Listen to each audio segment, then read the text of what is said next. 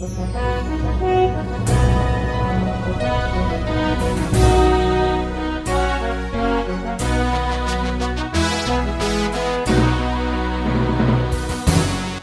bagi saudara sekalian, marilah kita siapkan hati dan pikiran kita untuk mendengarkan firman Tuhan. Kita berdoa. Damai sejahtera Allah yang melampaui segala akal, itulah yang memelihara hati dan pikiranmu di dalam Kristus Yesus Tuhan kita. Amin. Jemaat terkasih dalam Kristus Yesus, firman Tuhan yang menjadi nas khotbah dalam ibadah Minggu Trinitatis tanggal 15 Juni tahun 2025 tertulis dalam kitab Nabi Yesaya pasal 61 ayat yang pertama hingga ayat yang ke-9. Demikian firman Tuhan. Roh Tuhan Allah ada padaku, oleh karena Tuhan telah mengurapi aku. Ia telah mengutus aku untuk menyampaikan kabar baik kepada orang-orang sengsara dan merawat orang-orang yang remuk hati, untuk memberitakan pembebasan kepada orang-orang tawanan dan kepada orang-orang yang terkurung kelepasan dari penjara, untuk memberitakan tahun rahmat Tuhan dan hari pembalasan Allah kita, untuk menghibur semua orang berkabung, untuk mengaruniakan kepada mereka perhiasan kepala ganti abu, minyak untuk pesta ganti kain kabung, nyanyian puji-pujian ganti semangat yang pudar, supaya orang menyebutkan mereka pohon terbantin kebenaran, tanaman Tuhan, untuk memperlihatkan keagungannya. Mereka akan membangun runtuhan yang sudah berabad-abad dan akan mendirikan kembali tempat-tempat yang sejak dahulu menjadi sunyi. Mereka akan membaharui kota-kota yang runtuh, tempat-tempat yang telah turun-temurun menjadi sunyi.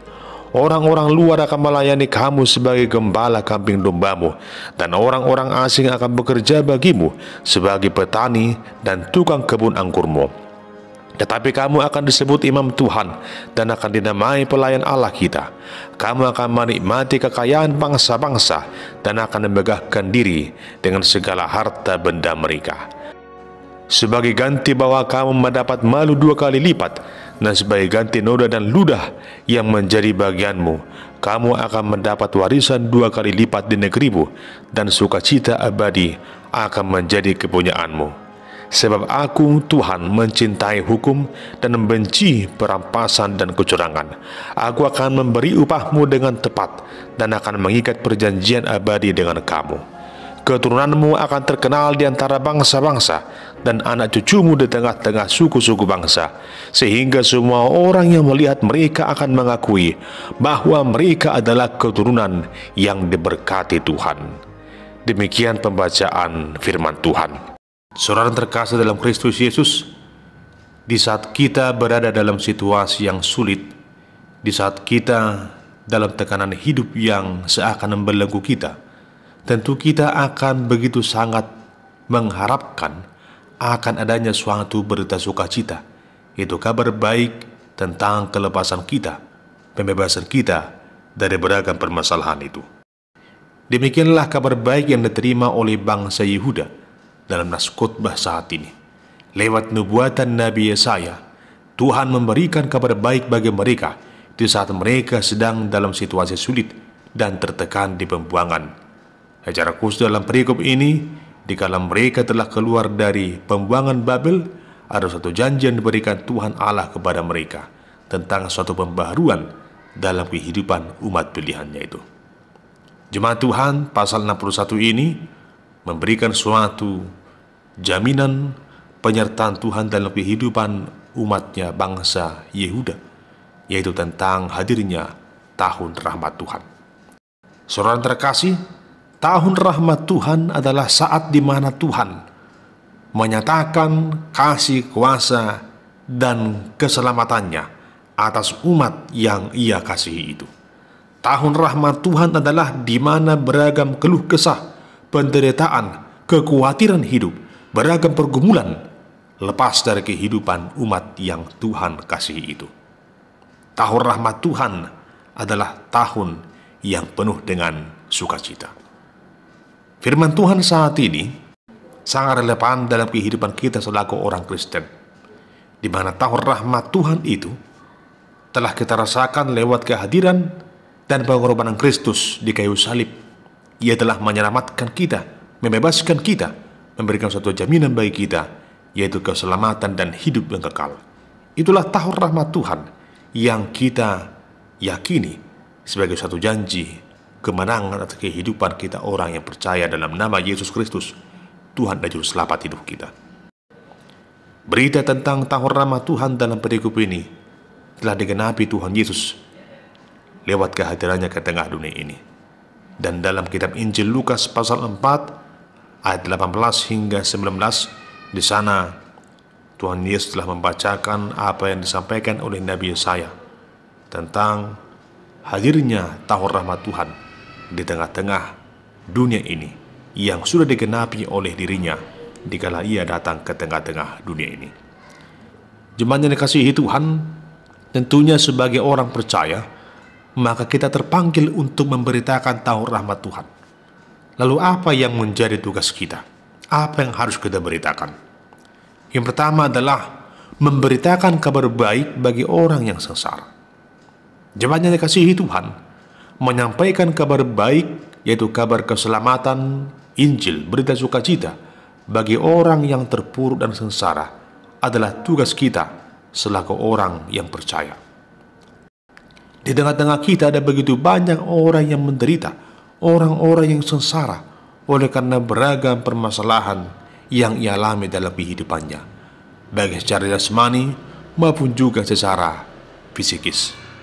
Mungkin saja dalam kehidupan mereka kelihatannya begitu bahagia secara jasmani, namun secara rohani ada begitu banyak orang yang sengsara, orang yang menderita oleh karena beban pergumulan dalam kehidupannya. Dan kesanalah tugas kita untuk mewartakan, menyampaikan kabar baik, kabar sukacita bagi mereka, agar mereka yang sengsara oleh karena dunia ini beroleh sukacita di dalam Kristus Yesus, Tuhan dan Juru Selamat dunia ini. Itulah yang pertama. Yang kedua, merawat orang yang remuk hatinya. Jemaat yang dikasihi Tuhan, saat ini ada begitu banyak orang yang hidupnya, yang hatinya, yang pikirannya remuk oleh karena beragam penderitaan yang menerpanya. Ibarat ombak yang menghempaskan perahu, demikian halnya kehidupan orang yang mengalami benturan-benturan persoalan dalam hidupnya yang membuat dia merasakan hati, pikiran yang gundah gulana, yang remuk. Ini merupakan tugas kita selaku orang percaya untuk mewartakan kesembuhan bagi mereka yang terluka, yang hatinya hancur, yang hatinya disakiti, mereka yang tertolak, mereka yang tidak dihargai, mereka yang diterlantarkan. Gereja, orang-orang percaya terpanggil ke sana untuk merawat, membalut luka-luka dari orang-orang yang hatinya, jiwanya, pikirannya remuk. Dan semua itu akan dapat terrealisasi dikala orang tersebut dibalut lukanya oleh Kristus Yesus, Tuhan dan Juru Selamat hidupnya. Hanya dengan memperkenalkan Yesuslah, maka orang-orang yang terluka itu, jiwa, hati, dan pikirannya remuk yang ia rasakan akan dibalut, akan disembuhkan, akan dipulihkan.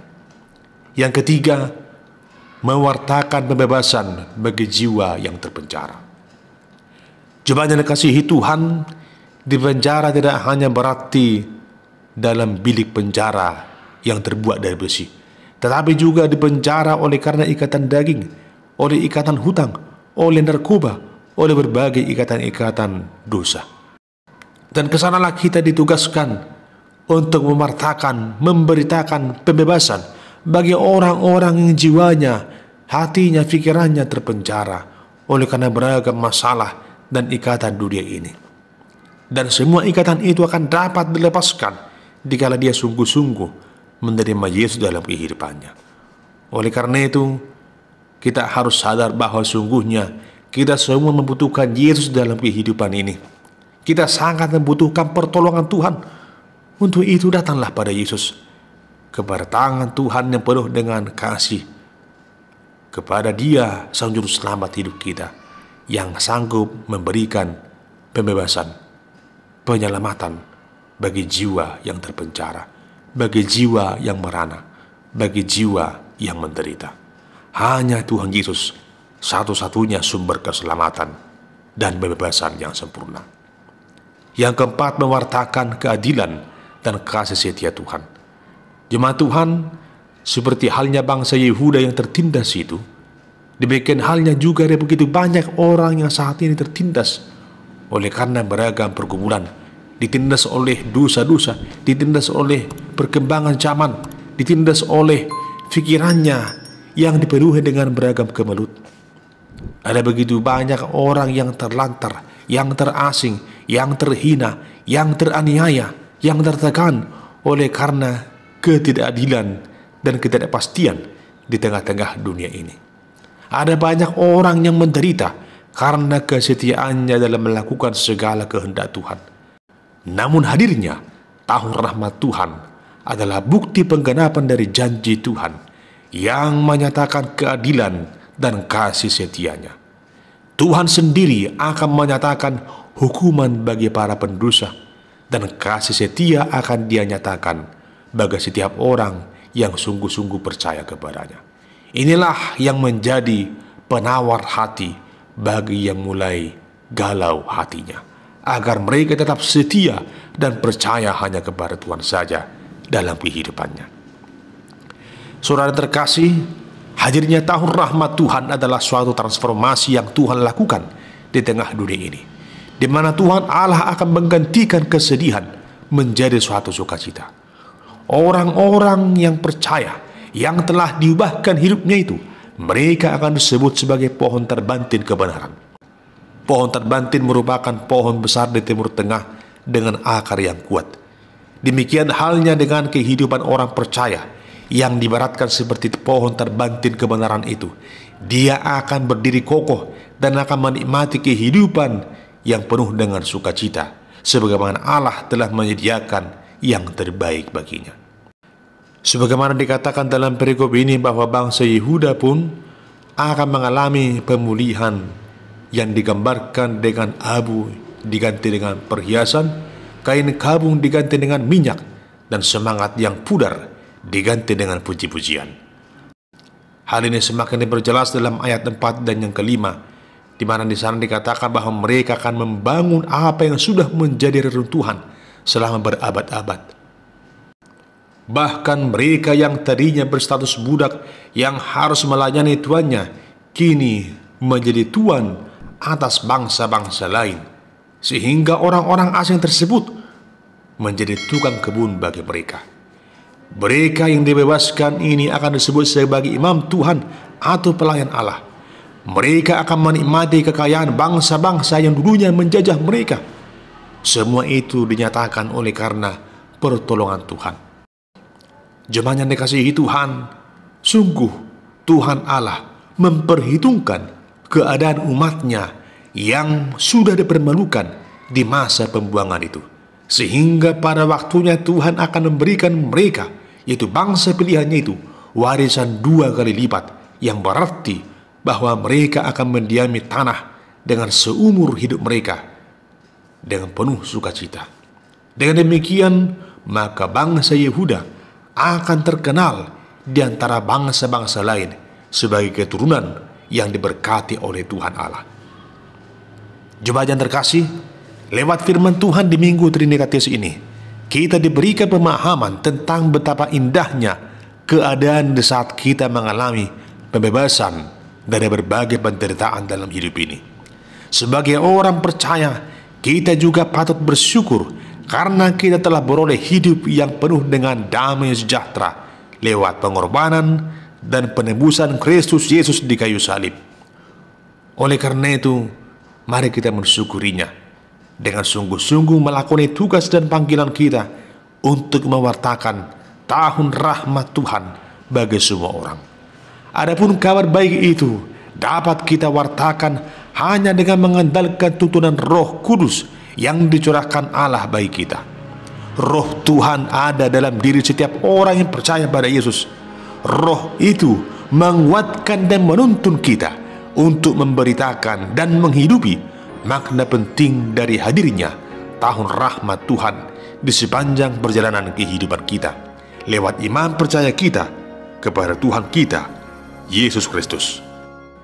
Mari saudara yang terkasih, dengan mengandalkan penyertaan Roh Kudus, dengan penuh semangat dan sukacita, beritakanlah bahwa tahun rahmat Tuhan telah hadir kini dan di tengah-tengah kita, di dalam diri Sang Juru Selamat kita, yang menyatakan lewat kehadirannya dalam kehidupan kita, di tengah-tengah rumah tangga dimanapun kita berada, di tengah-tengah gereja di mana kita beribadah, dimanapun kita berada di tengah dunia ini. Sungguh nyata tahun rahmat Tuhan telah hadir, dan itu semua akan dapat kita rasakan dikala kita sungguh-sungguh percaya pada Yesus, menghidupi kehidupannya penuh dengan sukacita dan damai sejahtera hanya di dalam namanya saja. Untuk itu, mari dengan sukacita menjalani tahun rahmat Tuhan dengan senantiasa mengucap syukur kepada Allah Tritunggal, Allah yang esa, Allah yang berkuasa kekal sampai selama-lamanya. Amin. Kita berdoa. Ya Tuhan Allah, kami sungguh mengucap syukur atas hadirnya tahun rahmat Tuhan, tahunnya penuh dengan sukacita, kehidupannya penuh dengan kebahagiaan, kehidupan yang penuh dengan damai sejahtera yang daripadamu, yang kami rasakan lewat penebusan Kristus atas dosa yang kami lakukan. Biarlah Roh-Mu yang kudus itu selalu menuntun dan menaungi kehidupan kami, agar dimampukan mewartakan dan menghidupi tahun rahmat Tuhan dalam kehidupan kami. Bagimulah pujian hormat kekal sampai selama-lamanya. Amin.